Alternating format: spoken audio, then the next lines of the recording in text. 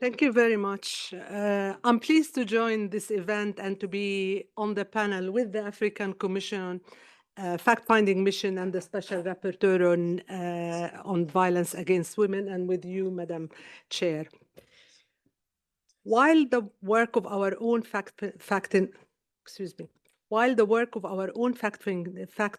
mission focuses on accountability, our efforts together are complementary, highlighting the imperative to protect civilians and civilian infrastructure during conflict. Our recommendations in this regard are all aligned. I thank the organizers for this important meeting and look forward to hearing the other panelists. With regard to the protection of civilians, I have to say that the recent reports on attacks against medical centers, personnel, and patients in Darfur and beyond are deeply alarming, and our team is actively investigating these allegations. During this session of the Human Rights Council, we presented our report on Al-Fashir, concluding that attacks that led to its takeover by the rapid support forces bear the hallmarks of genocide.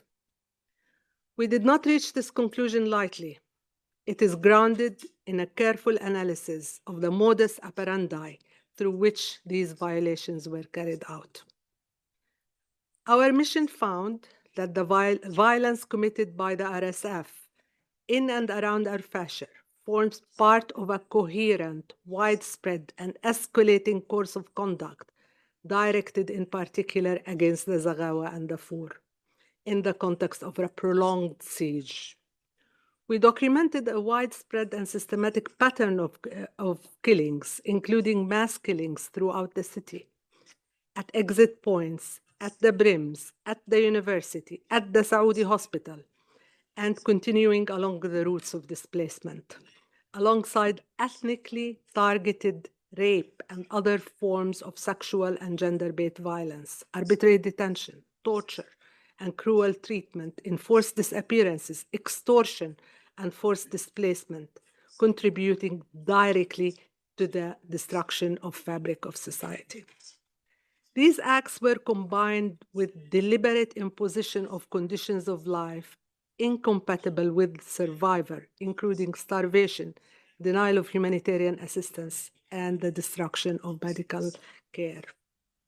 These acts were committed with knowledge, organization, and repetition, and were accompanied by dehumanizing and exterminatory language. Taken together, the scale, severity, and cumulative impact of these acts present indications pointing to genocide in and around Al-Fashir.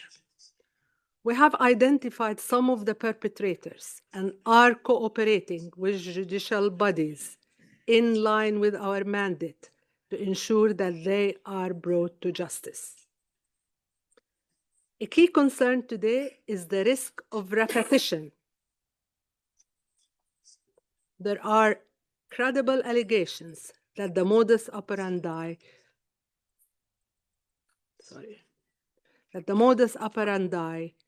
we identified in Al-Fashir may spill over and be replicated elsewhere.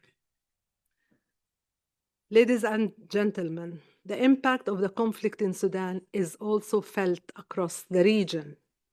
In addition to the massive displacement, cross-border attacks are affecting regional security and stability. The recommendations in our report reflect the urgency of the moment. Immediate measures are needed to protect civilians and civilian infrastructure. We echo in this regard the African Commission's recommendation to deploy a peacekeeping force. The international community must act decisively to disrupt and deter the repetition of this pattern, including through coordinated diplomatic engagement, targeted measures such as sanctions and support for monitoring and early warning efforts. Accountability pathways must also be reinforced through the preservation of evidence and support to justice mechanisms particularly the International Criminal Court. Accountability remains a key tool of prevention, and our joint panel here shows how we are all committed to achieve this goal. Thank you very much.